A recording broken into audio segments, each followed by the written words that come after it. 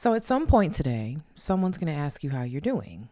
And there's a decent chance that whatever's actually happening with you, your answer is still going to be some version of, I'm fine, I'm good, busy, you know how it is.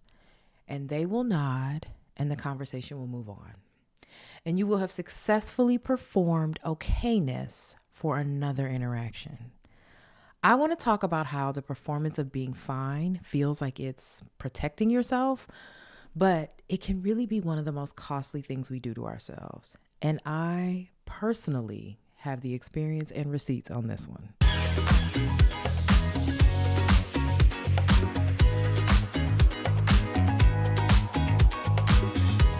Welcome back to the Humaning Well podcast. My name is Amber Cabral, and this is the last episode of March 2026.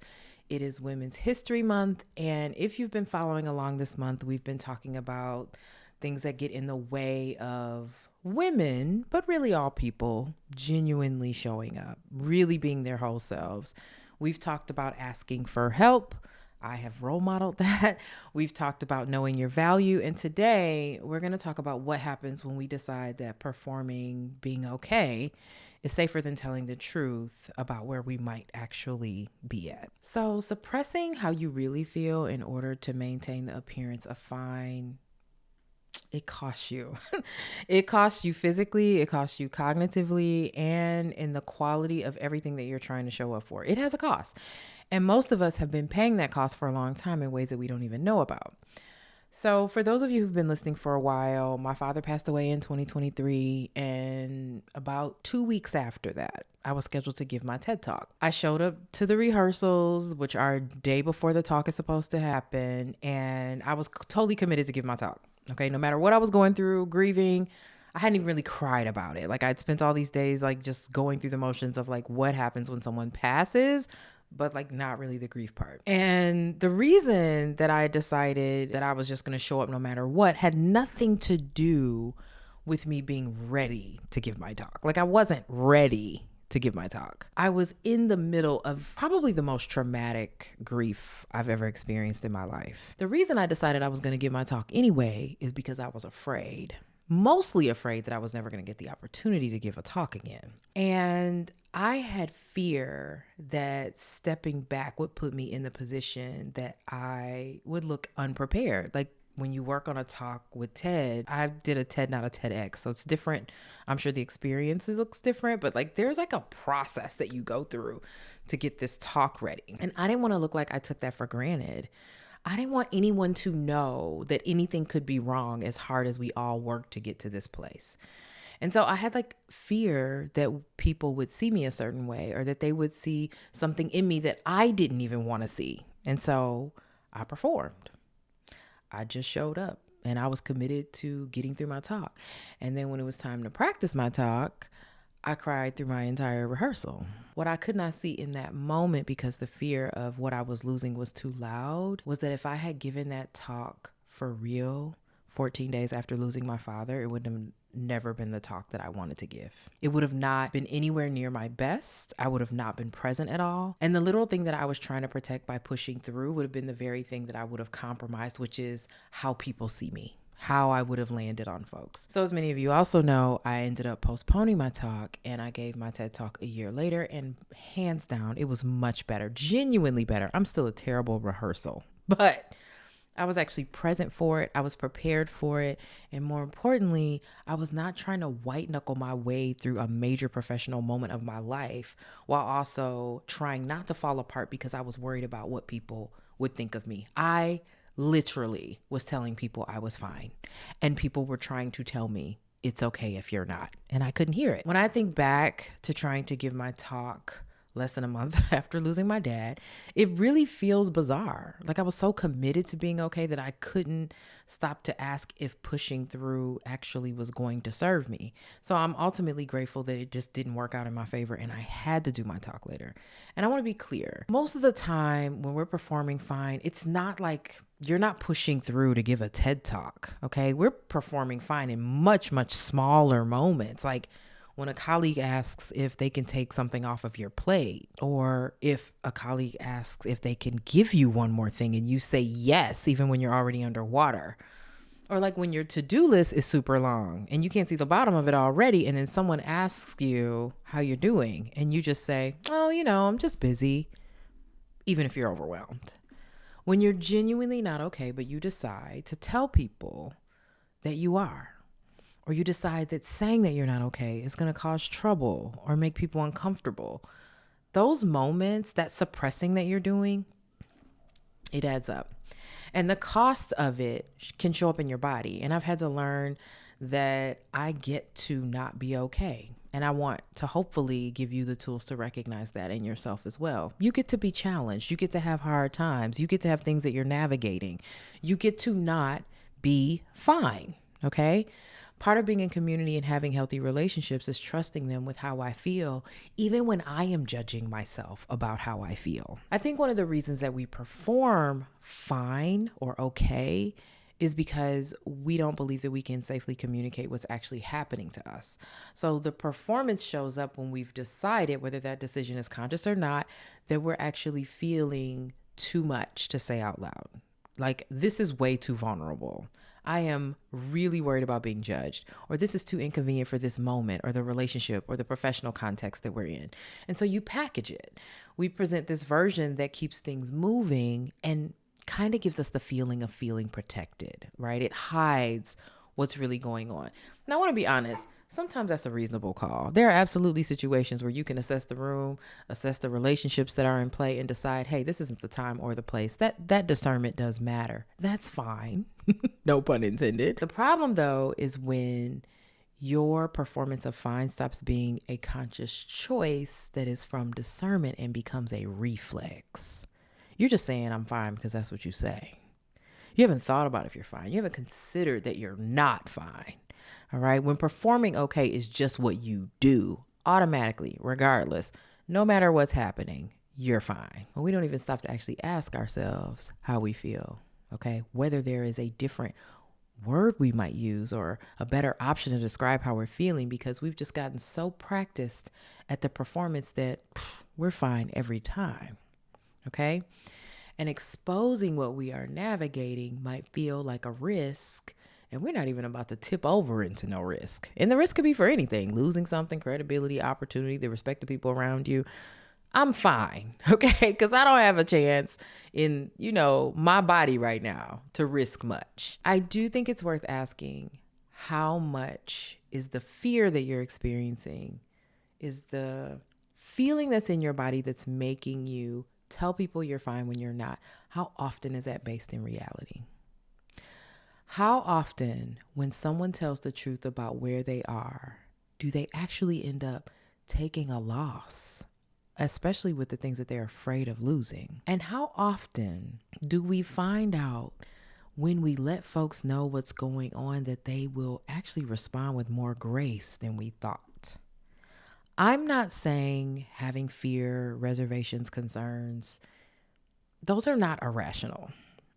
I know it's not always the right environment. There are places where you genuinely cannot afford to show struggle. There are people who will use your vulnerability against you. But I also think that we apply that way more broadly than we need to. We perform fine for people who actually would want to know that you're not fine. We push through for opportunities that really could wait. We protect ourselves from judgment that often isn't even on the table. And so when I say that the performance costs, I mean, like, it definitely costs more than what the truth would have. And there's neuroscience behind it. The data says that when your brain is actively suppressing an emotion, your prefrontal cortex, so that's the part that does your clear thinking, planning, self-control stuff, it has to work continuously to keep that emotion down. That labor takes up cognitive resources and it raises your stress hormones. So the research shows that suppressing literally leaves less bandwidth for everything else that you're trying to do. So the thing that you're trying to perform, you have less energy for that when you are suppressing. And studies have found that people who suppress their emotions during stressful situations show significantly greater stress reactivity across their heart rate, their blood pressure, and their hormone systems when compared to people who do not suppress their emotions. And the last nugget, this kind of blew my mind. There's research linking habitual suppression, so if you suppress how you feel all the time, to impaired memory. So you are forgetting things because your brain is busy suppressing. Not okay. Okay. The performance of fine is costing you. Okay. You're working harder and thinking less clearly at the same time. That's the opposite of what you need when you're trying to show up, particularly showing up well for what you think actually matters. And beyond the brain, suppressing something real in order to maintain the appearance of okay takes a physical toll. Stress that doesn't get acknowledged doesn't just disappear. It goes into your body. It messes with your sleep. It fools with your immune system, your nervous system. All of that stuff accumulates. And we know this. We know this. And at some point, it becomes impossible to continue to perform anyway, because it's coming out. You're sick. You can't figure out why. You're restless. You can't figure out why. You're losing weight or gaining weight. You can't figure out why. It's because you're always suppressing. And so to me, bravery or courage in this moment looks like making the decision to have discerning communication about what's going on. Not suppressing and pushing through regardless. Being willing to say, I'm not good right now. First of all, to yourself, and then where appropriate to someone else, and acknowledging that that's not weakness. Sometimes it's the most direct route to figuring out what you actually need. You can't always make a good decision about how to handle something when you haven't been honest with yourself about it. That's what I didn't do 14 days after my dad passed. I didn't let myself stop long enough to assess what I needed. I didn't even cry. I went straight into performance and execution mode because that felt safer to me than admitting that I was not in any shape to do any of the things that were really ahead of me. Okay. So I'm going to share with you some steps that you can take when you start to notice, or if you think you might be one of those folks claiming to be okay or just telling everybody that you're fine, even when you're not. The first thing that you can do is check in before you respond. So before you say, I'm fine, ask yourself if it's true. And if you find that it's not true, ask yourself what is true. Start there, because being honest with yourself is, in my opinion, it's a prerequisite for you to be able to be honest with anyone else. You can't tell, yourself the truth about where you really are. If you can't do that, then you definitely can't tell someone else the truth. You're oblivious to it. You're disconnected from it. You can't expect honesty from someone who can't be honest with themselves, which is a hard fact to face, but it's true. The second thing I think you can do is find the right communication or message that replaces the performative one. So you don't have to tell people all of your business or even everything, but there's usually something that you could say that is closer to true without requiring you to completely expose yourself and unravel. It could be, hey, I'm really navigating something challenging right now. Or, I feel a bit distracted because I've got some serious things on my mind. Those are really honest things that you can say that are more real than I'm fine, but not a full breakdown. Okay.